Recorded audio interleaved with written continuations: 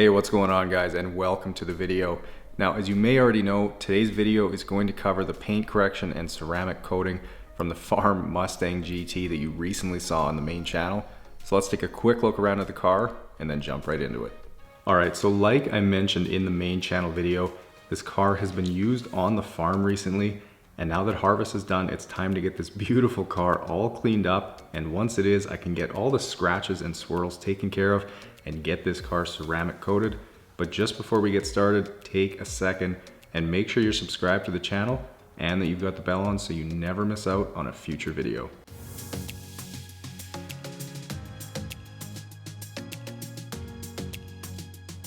Alright, so with a thorough pre-wash rinse of the car done and a careful 2-bucket hand wash complete, I'll get the car dried off, and then it's time to decontaminate the paint. And to do that, I'm spraying on some quick detailer to act as a lubricant for the clay. Although you can also use soapy water and do this when you wash the vehicle. I just prefer to actually see what I'm doing, so I do it after. Now rubbing the clay over the paint, and it's going to safely pick up any surface bonded contaminants like iron contamination, road grime, tree sap, tar, that sort of thing. And this step is critical when you're going to polish paint, as you want the paint perfectly clean before you start running a machine over it, spinning at a few thousand RPM.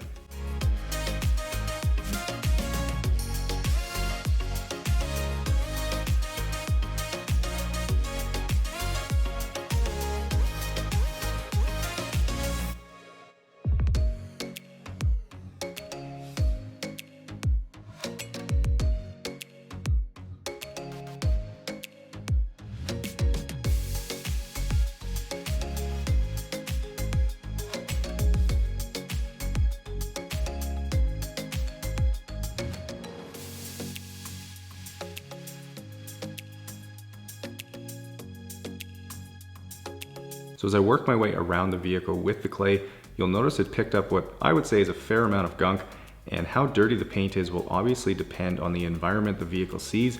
And if you didn't already know, detailing clay will come in varying levels of aggressiveness, just like sandpaper does. So I generally prefer to use a mild clay since it won't ever cause any marring. But if you do choose to use a more aggressive clay, be prepared to have to follow it up by polishing the vehicle. Using mild clay allows you to do this as more of a maintenance thing every few months when there's no need to polish afterwards.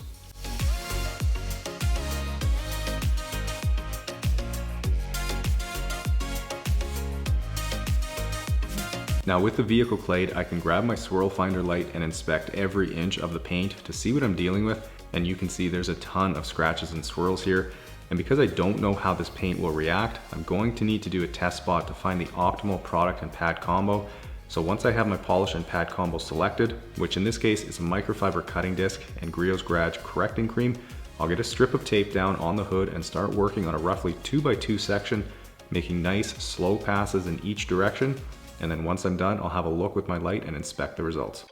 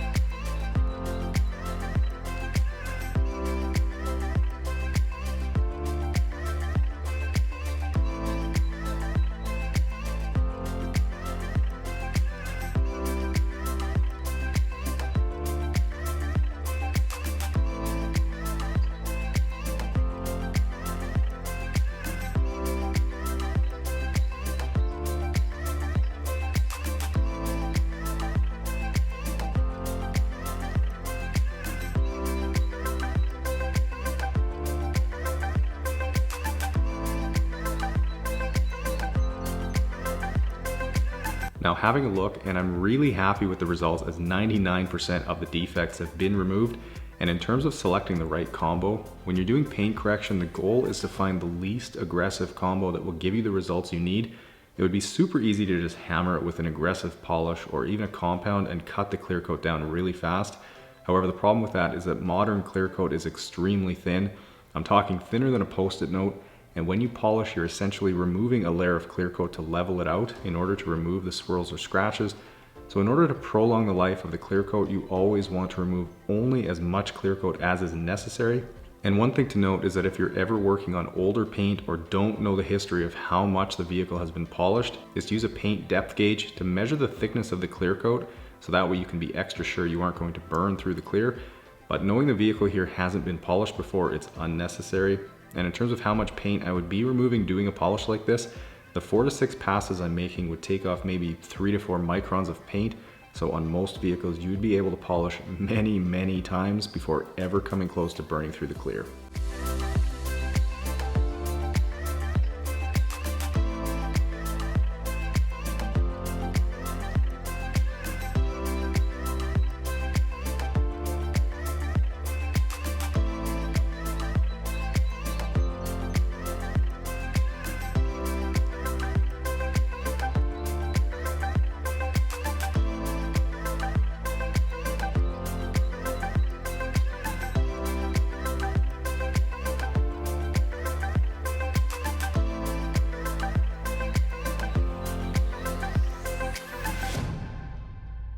Now working my way around the vehicle, going section by section, and you may have noticed I always start by spreading around my product over the section with the polisher around speed 2 to 3, and then I kick it up to about 5 to 6, and I'll make anywhere from 4 to 6 overlapping passes in opposite directions.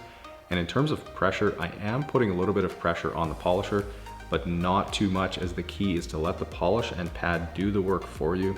You might also notice I have a little black line drawn on my backing plate, and that's just a visual cue to me so that I can always make sure my pad is spinning, because if it's not, the black line isn't moving, and obviously I wouldn't be polishing anything.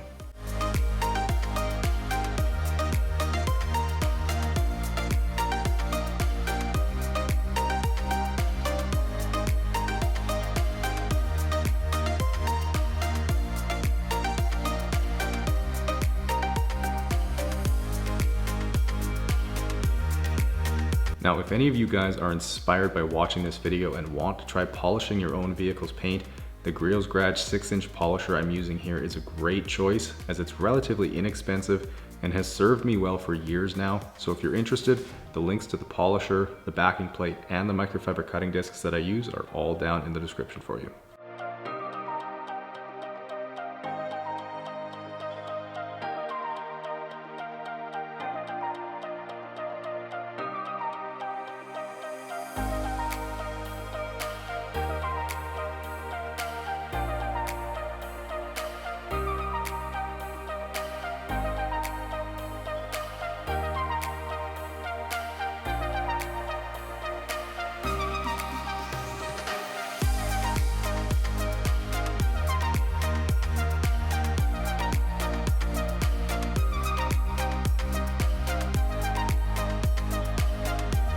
Now, satisfied that the paint is absolutely flawless now and there isn't a swirl to be seen, the next step is to remove any polish residue that might be remaining on the paint, and this is usually referred to as an IPA wipe down. And again, this is a critical step, as now that the paint is corrected, I need to make sure it's perfectly clean so the ceramic coating can properly bond to it. And this is a pretty simple process here, as it's a product you just spray on, wipe it over the surface, and then remove it with a second towel.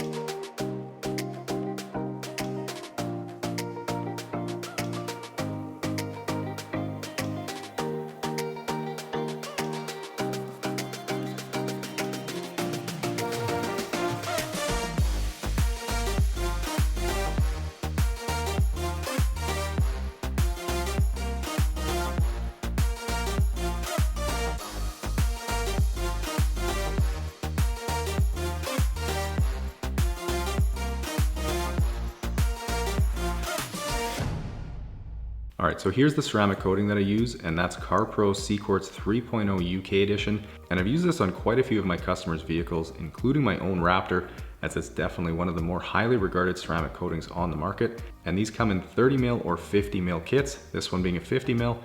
And then you also get the applicator block and some micro suede cloths. And for those of you who may not know what a ceramic coating is, they are a semi-permanent glass coating and are pretty much the best option in terms of paint protection, as they typically last anywhere from 2 to 10 years and provide the vehicle with a ton of gloss, hydrophobicity, self-cleaning properties, UV protection, and more scratch resistance, as the coating is harder than the vehicle's clear coat is.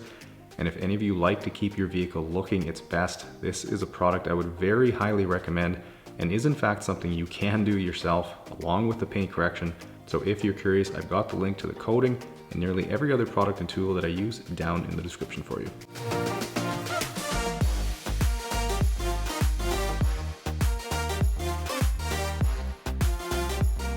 Now, after applying the coating on a section of the vehicle, I check with my light to see when the coating flashes, which can be a difficult thing to notice, and how long that takes is going to vary depending on the air temperature and humidity. But once it has, I just simply wipe off the residue with a microfiber towel, and I'll actually end up throwing the couple towels that I use in the garbage when I'm done, because when the coating that's in the towel dries and hardens, it will basically be like shards of glass in the towel, and it will not be safe for any sort of use on a vehicle.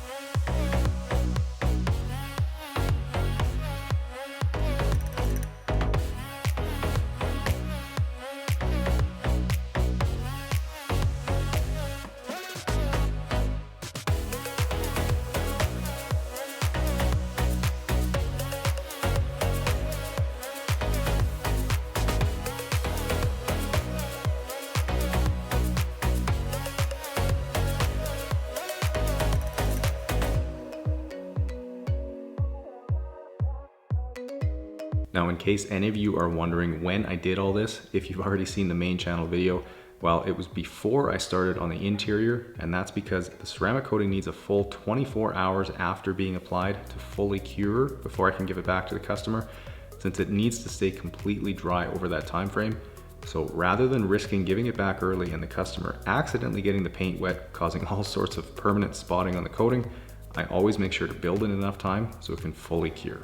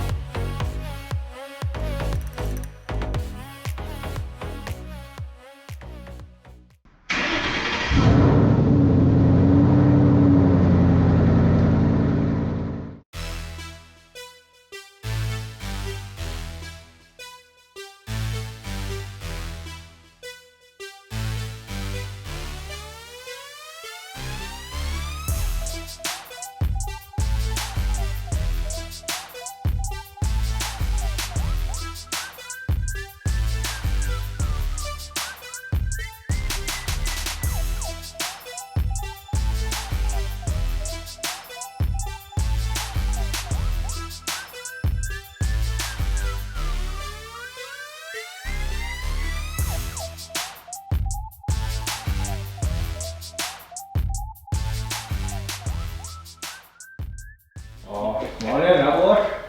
Oh, that's nice. Yeah. That turned out sweet. Yeah. Pretty well flawless. That is, now. I was going to say, that is insane how much of a difference that makes. Yeah. A little less dust in there now, so. Yeah, no kidding. I was going to say, when I originally got the car, it wasn't even that clean to begin with, so it's a nice change. Yeah, for sure. That looks unreal. Yeah. Wow, does that sound like a good nice job? You did an awesome job on it. Thank you. I'm a little sad you have to take it away. It was a pleasure to work on. So. Yeah. Not the usual type of vehicle I see. So. All right. Well, I'll do those and. Awesome. Appreciate it. Yeah, absolutely. Enjoy it. All right, guys, and that is going to wrap things up for this video. I hope you enjoyed getting to see the paint correction and coating side of things, as it's not something I get to show you very often. So if you enjoyed the video, make sure you hit the thumbs up button, subscribe to the channel if you haven't yet, enjoy the guitar outro, and I'll see you guys in the next one.